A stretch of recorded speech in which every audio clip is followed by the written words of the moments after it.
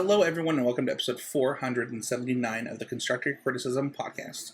I'm your host, Heezy, and I'm joined by one of my best friends, the longest running co-host of Constructive Criticism, by probably a pretty huge margin at this point, Mason Clark. What's up? 5 months until episode 500. 4 months. I appreciate that a lot more than like the number of episodes to the new set. You can do that one. Oh, you mean 3?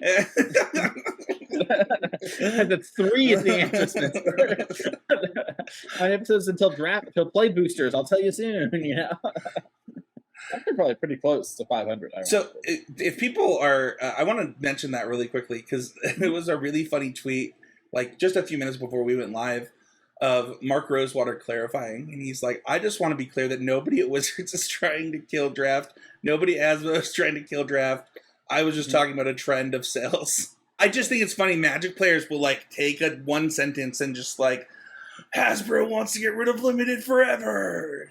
I will say Mark worded his sentence not the best for a man who was a professional writer at one point in his life. It definitely, the first time I read it was like, and I thought about some stuff and I was like, that doesn't seem right. And I thought about how set boosters sold more than draft boosters. And I was like, that's probably what Mark meant. Yeah, it was pretty funny. You know, always improving moment on his part. You know, that is the point of this show, is to be getting better. You know, there's always an opportunity to improve. And, you know, hopefully Mark won't, light the Twitter sphere on fire. But, I should thank him because I was really getting sick of my notification about ringing. So really, thank you, Mark. Nice. Yeah. Well, what did you fair? What did you do this week to be always improving this one? Well, I worked on always improving by actually taking some time to sit down and play more hard scales with a decent bit of focus. I played FNM with my Doctor Who pre-con, which was a fun little experience. I got to interact with the part of Magic I don't normally do. And I was done. I was like, all right, I did my thing. It was fun. And it was like 8:30 or whatever. And I was like, I have the whole night ahead of me. And I was like, well, I think I'm going to actually sit down and play hard scales with a lot of focus with nothing else going on and work on that and really just try to find it. And I end up punting away the 5-0 like 3 hours later because the leak took forever.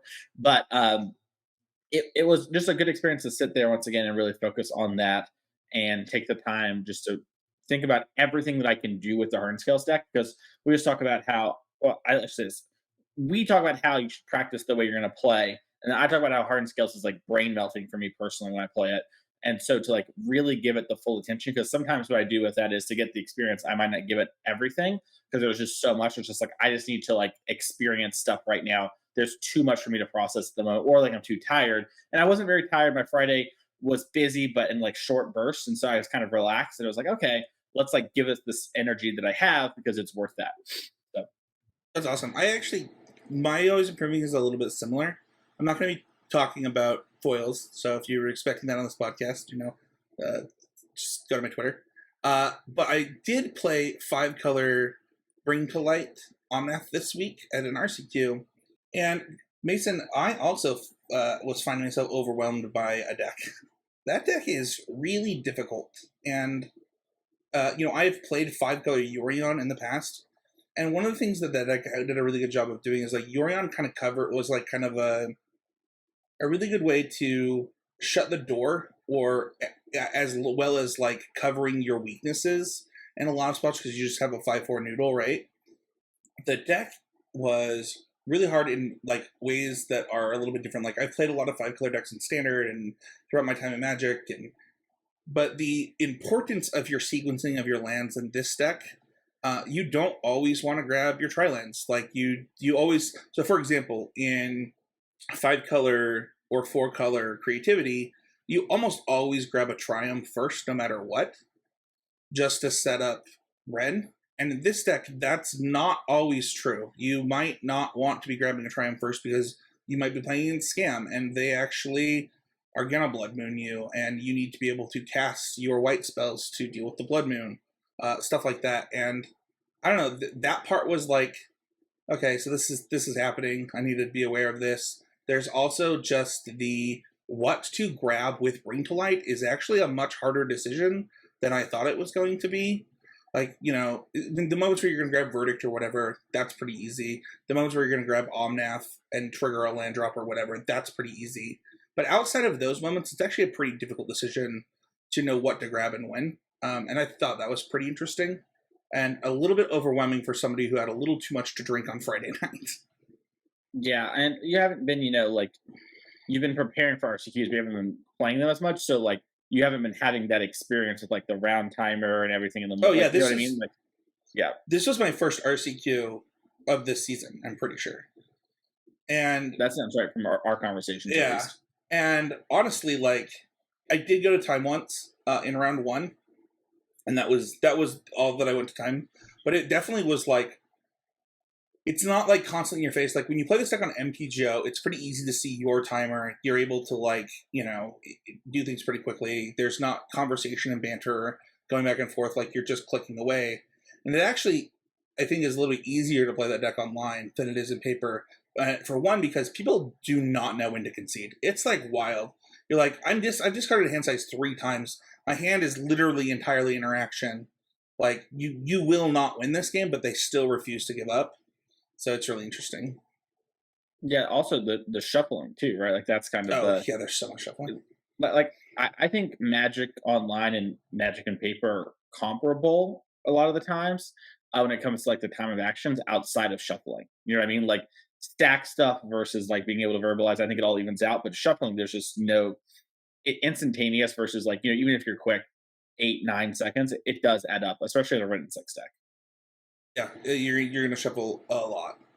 But that's it. Like it was really more getting back into the zone, going back to an RCQ. And honestly, I think I picked a deck a little too committal for my first event in like months, like since I played Rhinos.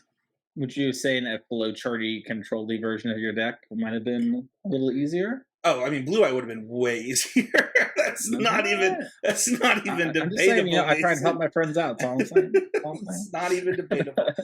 Oh man, the amount that you like being right is the amount that I like winning matches with Magic. Well, must be not that much. I'm here just to help you, buddy. I just wanted to always bring moment for you to realize Mason's got your best interest in heart. Abe's always bring moment this week, by the way, was a sushi draft tier list on Twitter. So check that out at More No Things. He's not here this week, but he'll be back next week. Yeah, work stuff came up this week, but we miss you, Abe. You know who we are happy to have though is Alex. Alex is our newest patron of $5 or more, meaning giving Alex access to the Discord.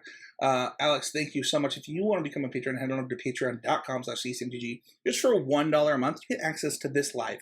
We're recording on Monday. We usually start the live show just after 8 p.m. Eastern time. $5 gets you access to the Discord, but you can be part of the fantasy draft that we did. There's lots of fun stuff going on, lots of conversation, so head on over. But today, Mason, we're talking Pioneer. It's been a while. We've been focusing on modern RCQ season. Where do we start here? Do we start with, kind of a look at the Frank Carson tweet from the RCs? Do we start with the decks? Where do you want to start? I think the biggest thing to start with is just quickly talking about Wild of Eldraine's impact on Pioneer. Because, if you've been listening to content and stuff like that for a while, I would say about 4 months ago, right before Lord of the Rings, there was some conversation about like, well, something probably needs to happen in Pioneer because unless like Wilds of Eldraine and Lost Caverns of Ixalan really affect the RC, I'm sorry, the Pioneer, the RC format's going to probably look very similar. And typically, standard sets don't always have a huge impact on eternal sets. Sometimes they do, sometimes they don't, but like it varies. Wilds of Eldraine has had a real impact on Pioneer, with Sleight of Hand adding a lot of power and consistency to the Phoenix decks. The Heroic decks got a big upgrade with the monstrous roll removal spell. I think it's called like Unleash the Fury or something like that.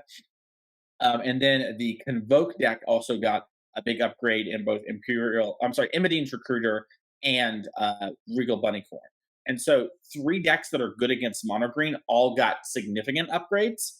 And then Mono Green got like the Turtle, which is debatable. And then other decks got some other smaller stuff. So the big thing to notice is that Mono Green has a lot of Predators on the rise in like very real ways because they got big upgrades. And that has shifted things where Green is probably the worst it's been in a while. I think it's still a really good deck. And we'll get into that. But things are moving in Pioneer in a way that a lot of people were not expecting 4 or 5 months ago. And it's really hard to expect. You didn't even mention Up the Beanstalk and Ekmetic Flyers, which was already a deck that just dumpstered Mono Green anyway. Yeah, the only reason I did is because there's been some weird contention with that. Like some lists play 4, some play 0. Like Derek Davis, who top aided the Pro Tour, talked about it this past weekend on the NRG. We had him as a feature match, and he was against the card because he felt like he was building his deck too much in that direction. Hmm. And that he also said that might have just been his error in deck building, and like maybe he needed to pull away from it. But he decided to revert back away from beans in a real way. So I do think that it is a big thing, but it is less of like a slam dunk, like mass Sure. adoption like these other cards have. And I also don't want to give all the goodies away right away, baby. Yeah, So that's fair. That's mhm. fair. Well, let's talk about the format. I'm just pulling up. If you guys don't follow Frank Karsten, you folks don't follow Frank Karsten on Twitter. He does a really good job breaking down formats by different time periods. Between Europe and Canada, we had 11.8 Rakdos, 10.7 Mono Green, 8.9 or Sacrifice, 7.4 Phoenix, 6.6 Mono White, 6.1 Azorius, and then kind of Lotus Field and Blue White to kind of round out those top decks, along with, you already mentioned, Boros Heroic, all with about 4.3 to 4.1. Yeah, Boris and Goku's well at 3.8. Yep. Right there too. So the Boris and Azorius decks kind of very similar, like to each other, I should say. Yeah. So when I look at this, we didn't really mention. Well, we did mention one deck that I really want to highlight. Maybe that's that we should talk about first. Going out of order on our thing, but just birds, man. Like, it is quite impressive to me, kind of looking through Calgary and through France, what how the impact that just a really good cantrip to give the deck consistency does for this deck. Yeah, one of the big things is because like if you're at home and you haven't played a ton of Pioneer recently, or maybe not a ton of Arclight and Phoenix in the past, and you're thinking, what's up a Spencer they already had Opt and Consider. Opt isn't super strong. The best thing about it was kind of triggering Ledger Shredder on your opponent's turn, or a thing in the ice on your opponent's turn after you interact a little bit. But outside of that, sleight of hand gives you a lot more of the information up front. And typically, a big thing that would happen is you're trying to chain spells in one turn. And so being able to start your turn with the sleight of hand and know exactly which of these two will chain together leads to a lot more of your Phoenix coming back, and a lot more Phoenix coming back on turn 3. There's some debate on 10, 11, or 12 cantrips right now, but no matter, even if you just play 2 more, that makes it what turn 3, turn 4, bringing back Phoenixes is actually very easy to do in a way that was not consistently doable before, because you only had 8 of those 1 mana cantrips. So that has really changed it, along with the Pickpocket Sprite. So Talk about Pickpocket Sprite. yeah, so that's a card that there is some debate still between players going on, but the adventure mode of that card is Free the Fae, which is mill 4 cards and add an instant sorcery or fairy from it and put it in your hand, and that's instant speed for 1 in a blue, and then this card is a 1/3 for 1 in a blue with vigilance. So it's kind of taken the place of Pieces of the Puzzle for some players, whereas an instant speed way to sort of end of turn fill up the graveyard that helps play around some cards, some hate cards, and then you get that sort of pieces thing without having to commit 3 mana on your main phase, which also means you can hold up counter magic more. Also, one of the weird things about it is the way it reads. It doesn't seem like it would do this, but it actually beats graveyard hate. So like you can play it, and then you will still get the card from a Rest in Peace or a Leyline of the Void being in play, which isn't intuitive, but it's how it works. Don't talk to a judge. And so there's been a lot of debate between players and a lot of different directions you can go, and like that sort of card really helps with. I think in general, that's one way to approach things, but also is nice in the Demi-Lich builds of the deck, which are just trying to turbo through at very quick speeds and get Demi-Lich going. And there's just a lot of different directions to take Phoenix. We've talked about on the show how at least I believe Phoenix to be a fundamentally broken deck if it goes uninterrupted, and there's just players are just now starting to really adapt to Phoenix being back in the format in a real way, because there hasn't been much attention on the format. So players who were in the streets or whatever on Magic Online, they knew that Phoenix was a good deck, but there's a lot of different ways for the deck to go now. It's gotten a little bit better, and all these things add up, I think, to make Phoenix like a much more real player than it was previously, even though I do think it was a pretty solid player before. Yeah, I'm just looking at the list from the Calgary Championship, where the person's name is Boston, and I look at a list like this that it is playing 12 cantrips, but when you look at a list and you're like, all of this makes sense, like from like just a basic like, oh yeah, this is pretty close to how like where I would start and how where I would build it, and then you see a deck have success, that usually means the deck is probably pretty strong, because if it intuitively makes sense to you, and then it also does well, right? Like I think that most of our listeners, and I mean, maybe I'll just speak for myself. I think that I'm good enough at Magic to be able to look at a list and be like, okay, nothing here is like super weird or out of place. And also, it's the deck that gets to play Delve spells, and like that's just really strong. Yeah, and it also it has like a lot of data behind it too. So one of the things I sometimes don't like about the data is we'll have things like the Pro Tour where it's like, do you know what the winningest deck in Modern was? The Pro Tour, Spencer? It was Merfolk with 80% because it played 10 games and it went 8-2, which is great, not the largest sample size. If you look at the Phoenix sample size here, it had a 52.3% win rate, which is a good win rate. Very happy to have that, especially in like a kind of mid-range interactive deck. And it has 262 wins and 239 losses. That's just over 500 games played with the deck. That's a good sample. Like, this is only two RCs. There's only so much to them. Some of these are smaller than other ones, right? So, like, that is a pretty good sample size. That is telling. And we're seeing that, with this information happening, there have been tournaments since then. Phoenix has still done well on Magic Online. At the NRG this past weekend, it was the only deck to have multiple copies in the top 8, with others, in the top 16 as well. And also differing build as well. So Phoenix is a deck that is doing well and is showing up in a real way. And I think the ultimate test here, I'm curious what your thoughts are, Spencer, is historically when this happens, players put in cards like Go Blank from the Black interactive decks, and that was always the killer for Phoenix. Was a Go Blank undid your pieces of the puzzle, which is sort of your best card and your enabling engine piece against them. That then you couldn't really overpower them. I do think sleight of hand might help you more consistently find your sideboard pivots, but I'm curious what your thoughts are because I don't know, and I'm interested to see sort of how people are thinking about it because I do think it's kind of a hive mind moment. Well, if you ask Derek, you already supposed to play Go Blank because he had them and was ready. Well, uh, because he saw in Magic Online with the Phoenix is doing well. right. I think Yeah. I think that the Phoenix deck has a lot more like consistency now. So I'd be interested to see like what the like the high cantrip count decks can do with like I noticed that there was 3 crackling drakes, for example, in this sideboard and stuff like that, and like I would be interested to see how the deck can adapt to just kind of staying like this cantrippy mid-rangey deck that like has a lot of card selection rather than trying to like I don't know do something like transformational or something. Sorry, so you're saying you don't like the Crackling Drakes, or you do? I just I want to make do sure I like the understand. crackling drakes. Gotcha. Yeah, I also really like the Crackling Drake stuff. I thought that Zoomers don't come at me. I thought the Zoomer Drake deck was great. I love the Zoomers. Please don't hurt me.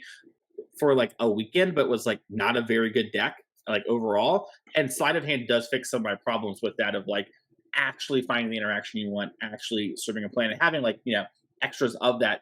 Lets you find your ones and your two ofs more often and play a real game. So it's really interesting. I'm really excited to see how this sort of plays out. And one of the interesting things about this is we're doing a check-in now because some of y'all have Pioneer RCs all over the world leading up to it. But for us on the show, our Pioneer RC isn't for uh, basically 2 months from now, just under that at the time of this recording. Yeah. So there's a lot of data. We're going to get a lot of it. And there's a whole other set coming. So it's going to be really curious to see sort of how these things evolve and change as players learn about them. Because that's a cool part of Magic with the metagames and stuff. Should we move on to Black Red? It seems like a natural next step. A deck that honestly just keeps making its way back in a lot of different ways.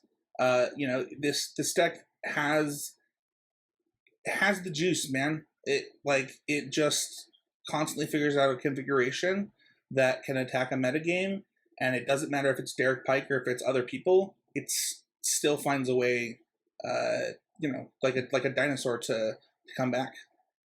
Yeah, I think one of the good things about the Rakdos midrange deck that sometimes the Phoenix deck has a problem with, because I think they are pretty close to similar decks for what it's worth, this the way they play out games. Rakdos, like, I don't care how bad your matchup is, you can't just go Thoughtseize, Blood Tithe Harvester, Bone Crusher Giant, Children, and like your opponent mulligans. And if you have the right sideboard and you're sort of well tuned in the format, all those things are going to work out well for you. And it's weird because there have been some matchups that have recently gotten really well, got a lot better, like the Fire deck, for example. Like, whether you want Beanstalks or not, more people are looking towards Fires, and that is an awful matchup. It's got to be Rakdos' worst matchup by so much. But also some of its better matchups have been doing well, right? Like Phoenix, if you play a couple of Go Blanks in your sideboard, that really helps that matchup. Boros Heroic is a really good matchup. It's really popular. Spirits is doing well this. Yes, Spirits. I feel bad for Spirits players because they're like they see the Ignamic Fires players, and then Heroic and Phoenix come out from behind and go pop, pop, pop, pop, pop, Dude, and they're like, ah. every time I want to pull the trigger on Spirits again, I'm like, oh, maybe not the time. It reminds me of those cartoons where there's like the bait, and then like as soon as you get close to Spirits, they pull the string, and then the box falls on top of them, and the box is like Phoenix in the situation. Either way, there's like just the Rakdos deck is good. It has good solid cards, and it has good interaction, and it's well developed, and also players know it really well, right? Like some people like Ginger, Derek Pike, have just been playing it all the time, and like he top aided his, I believe, fifth of 6 Pioneer RCs he's played. Now with the deck, right, his conversion rate's insane, and he's consistently proved it over multiple metagames. This deck is good, and if you play it well, you will succeed. Is it always the best choice? No. Is it one of the safest choice always? Currently, yes. Yeah, I don't have a ton to add to this deck. I think that it is an interesting spot in the format where, if we look at like Derek's list, he's got like the Misery Shadows on the board, so he is expecting a downtick in things like mono green, and he's planning to bring those in, which was really smart. If you look at the way that the format played out and things like that, he zigged while they zagged, and I really like it. Yeah, that's also another good card for Phoenix, right? You bring it in. In the late game, it outscales the remover. Early game, you can't play your Arclight Phoenix's hard cast, which is a big part of that matchup. So, heads up stuff by Ginger. Surprising. Should we talk about the? It's so hard to call mono green the boogeyman at this point, but let's talk about it. I mean, what I said at the start of it is a lot of my thoughts. So I would love to hear what your thoughts are, and then we can maybe start the conversation. Because to me, a lot of Predators have gone up. The deck is not at where it was before, which in my opinion, before all these sets released, it was the deck to beat. But now, like maybe it's moving down a little bit. But like if you were the actual best, you move down 2 or 3 slots. Is that a terrible place to be? I don't know. The data is for the first time ever not supporting mono green being one of the best decks, win rate wise, with a large sample size. So what are your thoughts, Spencer? I think that it is still asking a question that you want to be asking. The problem that I have is that I'm not convinced that what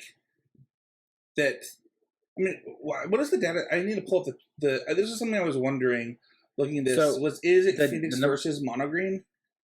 And it looks like mono green is still a slight favorite, but I would not put Is It Phoenix out of the running to figure that matchup out if they wanted to, and actually kind of shutting the door on mono green. Yeah, I wonder too how much of that is like that matchup is hard to play, but if you play it well, it's pretty easy for you, right? I will say this, like I think the matchup is really hard to play as Phoenix. I've played it a lot and I've lost a fair bit to mono green. You can just have it happen, but I do think it is something where like you kind of have to know when you can go for things and when you can't, and what you can and can't beat. In a way that sometimes it's like hard to know even at the RC level, like were players running into that, because there's also just a lot more Phoenix than there is mono green right now, being played. One of the things that I've struggled with for as long as people try to find slots in mono green is like their favorite thing to do is just cut Oath of Nissa. They're just like, oh yeah, just cut an Oath of Nissa, just cut an Oath of Nissa. And I think that people underestimate the value that Oath of Nissa brings to the consistency of the deck, both in being able to consistently find your Nykthos, consistently being able to find the Planeswalker that you need to either combo off or to chain. And I don't know, I almost think that we're like, I know it's only like 3 cards, but I think we're going too far away from stock green.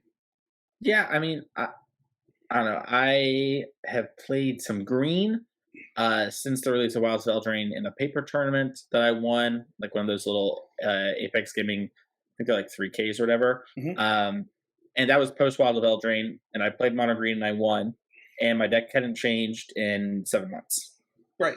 You know what I mean? And like, I'm not saying that I had the best deck list or that's even good data. More of what I'm saying is I find it hard to believe a lot of these things solve problems. And my biggest contention point with the mono green players at large has been their arguments don't support their claims and they don't make sense for solving the problems they typically say. Yeah, I You just know what I don't mean? believe the blossoming sort of solves anything for this deck.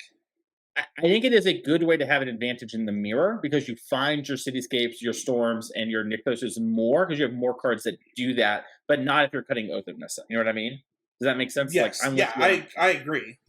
Yeah, so like if you have 4 and 4 oaths and I have one turtle and you don't have a turtle, I think I'm probably favored if I'm on the play with a turtle. But I also just believe that like creatures controlling the battlefield is what matters. So having a lot of Pelucranos is what matters. I'm willing to believe that weekend to weekend that isn't true. People consistently claim that's not true in general, and then I watch them just lose matchups a lot, which Yeah. is like not the greatest argument I have at my point, but also I'm on a podcast talking to you, DM me, we have a real conversation. You know, so like Should we talk about the deck that the people be asking about in the Discord? Gruel Vehicles did very well at the European RC and went undefeated in the Swiss at the NRG this past weekend. Lost a little bit of a heartbreaker in the top eight. You can watch that one on coverage if you want to band auras. But I think that deck is good. And had that player, I think, not been so tired, they probably would have made it to our top four. And I think the Huntsman's Redemption is a great add to this deck. There's another 3-drop you can easily cast. You know, your deck wants to be 1 into 3, and having things like Pack Leader and Ooze were nice, but they didn't like really fit what was going on, and sometimes led to awkward draws and made your elves less impactful. And it's going Huntsman's Redemption. You know, play it. Chapter 2, you float the mana from your elf, you play the thing, you search, whatever, and then the next chapter, you know, you get that +2/+2 and you slam. That's really good. And things like Voldaren Thrillseeker, that's a huge burst of damage. You know, we saw this on coverage where like person has the 3/3, it gets +2/+2, they support it, they get +2/+2 more, attack for 7, flank for 7 more. That's such a huge swing in damage that, you know, if you're a deck that can't get in the way of that, you're going to die. Yeah, not too long ago, people were asking about like Spencer, what's your thoughts on Thrill Seeker versus the other effects? And I had swung completely around on like, yeah, Thrill Seeker makes you want to play Love Struck Beast again, which I was completely off of before that, and like this is just playing to what the deck is trying to do even more, and making it kind of this real aggressive mid range deck still, rather than the I don't know, like the mishmash of things that it was trying to do too many things at once. Mhm. And I think that this deck now, I'm really happy to like play a Crone War in it again in the main, which I think is really important for the deck overall. I think the deck is in a really good position. A It's Cronin War plus Huntsman Redemption is also a real combo. I don't know if you've seen that yet. So why? you accrue and war take their Oh, thing, and sure, then yeah, yeah, you yeah. sack it to the redemption.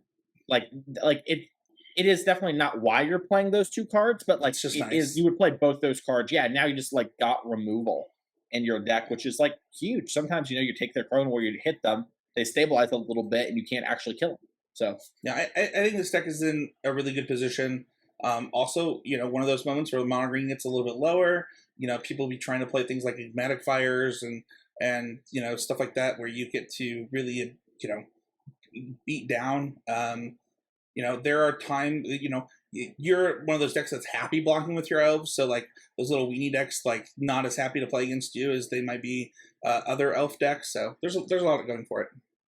mhm. It's a solid deck. I'll say this: uh, I have not been the highest on the deck at a lot of points, and I think when mono green sides peak, I don't know why you'd play this over that. But that being said, this deck has consistently done well every RC season, and I think is one of those decks that really rewards fundamental gameplay, like we talked about last week. Yeah, I agree. Rakdos Sack. This deck really suffers from Phoenix on being on the rise. That is a really bad matchup. And Rakdos Sack, you know, at the end of the last RC season, a lot of players were like, oh, yeah, kind of been the best version of Rakdos, couldn't beat the green matchup. Furnace Reigns does enough. We're pretty happy with it. Basically, I kind of agreed with a lot of that on like broad strokes levels. Phoenix being rising up in the metagame makes this a lot of a worse choice. And some other small things moving as well, like fires, you know, going up makes this matchup harder. But overall, I think Rakdos Sacrifice is still a good, solid deck. And if you like playing Sacrifice and you play it well, you know, you got my thumbs up, whatever, at being a reasonable deck gamer. But It's not my favorite choice right now by a little bit, and you definitely can't just get run over. I've always struggled with this deck in the form of like, if it doesn't come together, your deck is like clunky as all can be in a format where I don't know that. I don't think you have time for. Obviously, disciplined mulligans help, and I want to just be clear that I understand that that's really important with this deck, and that it is one of those decks that, like mono green, you have to really mulligan with. But it if you get broken up, it feels like it's two sides of a pendulum. Like you're either like going off, things are happy go lucky, or you're on the other side and you're like, I don't even know what sequence of draws could get me out of this game. Yeah, I think critical mass decks typically that's like a thing that goes wrong for them. And the real strength of the sacrifice deck is that cat plus oven dominates like your opponent trying to aggress you on the Right. ground. And so that would buy you a lot of time because for a while the ground is all that mattered in Pioneer. Um, and specifically going tall, not wide, right? If Spencer has a 5/5 and I have a cat, well then nice deck, idiot. But if Spencer has like 3/3 and I have a cat, I'm like I'm stemming the bleeding, but I am falling behind. Right. And we're seeing things that like are doing more of that. We're seeing things that go way over the top. So even if you assemble your synergies, it's not working. And then we're seeing things like Phoenix just fly over. And Yeah. so it's like, oh, all of these things are making my position a lot worse. And a lot of my natural predators are also leaving the format because they are losing to these things as well, which is creating like this knock on effect. Yeah. The next deck I think won one of the events, and that is Lotus combo. Mason, where do you stand on Lotus combo today? If you're talking about Lotus combo, it's not the right time to be playing Lotus combo. Like if you go and look at like the energy sideboards, like so many people had so many damping spheres. I stand by this. Lotus Field is a deck that can win a tournament and is strong, but if players have the hate for you or the format is leading in a really aggressive stance, it is not good for you. If the format is like a bunch of fires and Phoenix and Rakdos, thumbs up, go into town. If they don't have hate for you, they're going to lose to you incredibly easily. But in the real world, I don't think things happen like that a whole lot. So I think if you hear a bunch of people talking about Lotus from like content creators, you hear me talking about it, you hear Jerry, Dom, whatever, blah blah blah. That's probably not the time to play Lotus. Is my sort of go-to answer these days.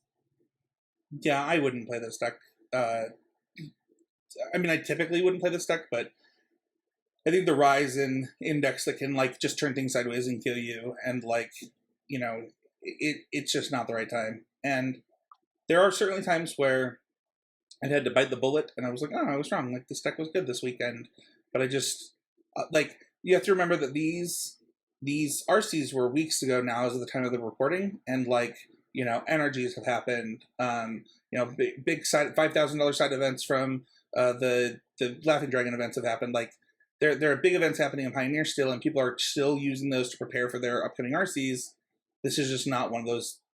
This is not currently one of those times that I would play this deck, but that's because we're talking about it, like you said. Yeah. So here's what I'll say to the listeners. If when the next time we get around to Pioneer season, assuming there's no dramatic changes in the format, like new decks, bannings, whatever, and no one's talking about Lotus Field, unless we get to the part of the conversation, it's like, should we talk about Lotus Field? That's the point where you should maybe play it for your RC that weekend. If we're talking about Lotus Field, people are going to come prepared for you. And when decks, like I think, I'm not actually sure if it's the next one, but maybe we should talk about it, like Boros Heroic, are on the uptick and like doing really well. Those sort of decks goldfish as well, and they kill you a lot quicker than you kill them. You're a turn 5 combo deck. They are a turn 3 to 4 combo deck against you. You are going to die. Makes sense. We can talk about Boros Heroic. I didn't have it on the list, but it's super popular on Arena for what it's worth. I don't know if you played Explorer, been in the Explorer use. Sometimes when I'm bored, I'll play some mono green in there. Holy crap, do people be using them Boros cards? Boros Heroic. I mean, I think Heroic is pretty good. It is not great. Like it's not like the best deck by any means, but like lines up really well against Is It Phoenix, lines up well against Mono Green. That's like two good places to be. Has some other matchups that are kind of struggling, like Rakdos mid range. You're just kind of a dog too. You're gonna have these sideboard plans, that's fine. But it is a tough matchup that puts you in a really skill testing position. But Boros Heroic is one of those matchups where it's like your good matchups are so good. Your Phoenix matchup, your Lotus Field matchup, your green matchup, like you just barely sideboard for these matchups. You're just aces against them. at a fundamental structural level, and they can't really change to stop that without giving up versus so much else that Boros Heroic is I think a pretty good deck in the metagame. I typically say like either Heroic or Convoke is going to be like the right Boros deck to play, and that oscillates week to week or whatever. So, but Heroic, I don't thumbs up. I don't have anything to add. I've actually never played a game of Boros Heroic, so I don't want to slander what I think is a pretty good deck. You should try playing it some. It's pretty fun. I might give it a couple runs. We already talked a little bit about Enigmatic Fires. I don't think we need to cover too much on that deck. It is the go over the topest deck in the format, and it is well positioned, probably the best positioned it's ever been. But I still don't know if it's the right time with the other things that we've mentioned. Blue Eye Control is a deck that I think that and myself have been pretty anti on the show. Has anything changed for you? Not particularly. I don't think they got any new tools that I'm particularly happy about. And looking at the metagame, What about a and how whale? it's You got a whale. we're talking about Pioneer. Pioneer, yeah. Got a whale. I mean, I, you could play a whale. Whales aren't real; those are mythical creatures made by Magic the Gathering. That's Anyways, no jokes aside, I think I, I guess the whale is fine. It's like a Zorius charm that's a threat that can't cantrip, but is a threat. So maybe that is great. I don't know. But basically the only thing that's happened that makes me kind of like it from a metagame movement perspective is that your rest in pieces are a lot better with Is It Phoenix running around. However, I believe that you should almost never win game one against Is It Phoenix if the Is It Phoenix player is competent. And in post sports, you have to win one of the games. And that is a really hard place to be. So my opinion about Blue Eye is that I think that the Lotus version is better, and so I don't see a reason to play normal Blue White. I think that if everybody just switched, they'd be better off with Strict Proctor in their deck. So that's my thought. Anything that we talked about that matters in Pioneer today that we didn't cover, Mason? I think the Boros Convoke deck is good. I know we're about to get into what we're going to play, so maybe I can talk about it then. But those are kind of the big overarching things, I think. For the most part, I think we covered all of the decks that are really mattering. Obviously, there's a lot of decks out there. There are some things like Neoform that theoretically make a little bit of sense right now, but you're really kind of taking a shot in the dark and hoping a lot of players are moving in the direction that things are going. So, take that with a grain of salt. But yeah, I don't have anything too big outside of Convoke to talk about. Yeah, I just want to mention that with the rise of, we kind of mention this every show, and I just want to hammer it home.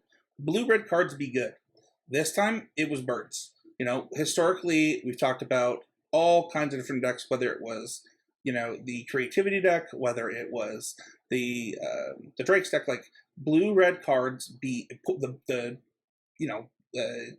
prowess decks, whatever it is, knowing where to sit, where your deck sits against the current best blue-red deck and also the best blue-red deck to play is often key to doing well at your RC, whether or not you're playing those blue-red cards, because it impacts how you need to create your sideboard. I think that's a key that people are not talking about in Pioneer enough. What would you play, Mason? I played Boros Convoke. I'm pretty sure the deck is actually very well positioned right now and strong. A big problem I had with Convoke was twofold. Well, I think it was threefold. The first is whoever first popularized Boros Convoke, I think if you had just not said anything for a week, you would have walked to the Pro Tour because the format was not ready for your deck. And then you top-aided a challenge and then everyone paid attention. I think it was like Doomwake and Pygontia, those players. But this time around, if you don't play, be cool. But and the two of the problems were, one is that your deck only had a few cards that were actually strong. So you had all your Convoke creatures. Those cards were good. And your Reckless Bushwhackers had the ability with Burning Tree Emissary to produce some really absurd draws, and that was good. And that was about all you had, and really two of those cards need to be together at the right time. They fall off pretty hard, and I didn't like it enough there. And the format was really prepared for Boros Convoke. Like, people were really playing it. I played Main Deck Brotherhood set as like a card in my deck. So that's an example of like what's going on there. That is not the case right now, and a lot of the format looks very similar when it comes to removal wise to what it did when Boros Convoke first popped up. And the Convoke deck got two big upgrades. The first is Imodene's Recruiter. It is a 3-mana 2/3 that when it ETBs gives all the creatures +1/+0 in haste. This is a draft all-star from WoW. It also has for 5 mana make two knights with vigilance. So it does have some flood protection, which is something you actually do appreciate with this deck. But you really, I would just play it for the creature part, and the knights are vanilla, like vanilla ice cream on the side. The other big thing is Regal Bunnycorn. So this is that creature that just gets bigger for each permanent on the battlefield. I kind of compare it to Tarmogoyf, for if you just believe keyword big is good, Bunnycorn is a good card. I believe Bunnycorn to be good. And once you have Bunnycorn in your deck, Embercleave actually becomes a really appealing card, because before your Embercleaves were like really spiky. You had 8 good cards and that was it. So you would see some sideboard Embercleaves for matchups where you had to go super duper fast, but that was it. Now with Bunnycorn, you actually have 11 to 12 depending on how many Bunnycorns you play, things that wear Embercleave well. And Embercleave's not awful with your other things. You just kind of need to have a critical mass of things to believe in the cleave. So it's really pushed me in that direction. And the Convoke deck has been very good. It's surprisingly good against the Phoenix deck. You have problems with cards like Thing in the Ice and Brotherhood's End. If you don't play around it well, will get you. But once you start adapting to the matchup and learning, I have found it to be not untenable, which is a really nice place to be. And they do struggle against some of your draws that are more like put a Loxodon into play, or like play a couple 1-drops, play a bunny. Your bunny counts non-creature permanents too, so the clues and the bloods count. So it is a winnable matchup. It is just not your favorite matchup. But overall, I like a lot of what the Bunny Blade deck is doing. Excuse me. I play Gruul. I think this is the best position. It's been a long time. It's my favorite deck, so I would jam it so fast. Yeah. All right, that is going to do it for the main topic. If you want to join the conversation, you can become a patron of $5 or more to get access to the Discord, where you can ask questions like Adrian, who says, when looking through decks on MTGO, what is the most important things you're looking for? Is it flex slots? How many of an archetype made top 8 or top 16? Is there presence of an individual card, common interaction suite, or other things? Misa? I mean, I think you listed a lot of them there, Adrian. I'm looking at lots of things like that. Like what are the flex slots? Like we talked about this before, but to use Scam as an example, there are kind of 2 flex slots in the main, and you see like Blood Moons and Croxas, or like Terminate Croxa, Terminate Blood Moon, like all these little things. Some Shieldred's popping up recently. So there are flex slots there. So I'm curious on what players are doing with that. I'm curious on the representation of the deck, right? Did this deck have a lot of people playing it? How did they do? Sort of how are they building their sideboards? How did it seem they wanted to approach the matchup? All of those things are things I care about, and I'm really just wanting to get an idea of how players are thinking about cards and sort of their approach to playing games. So, what about you, Spencer? I'm almost always looking at sideboards when I'm looking at decks with MTGO.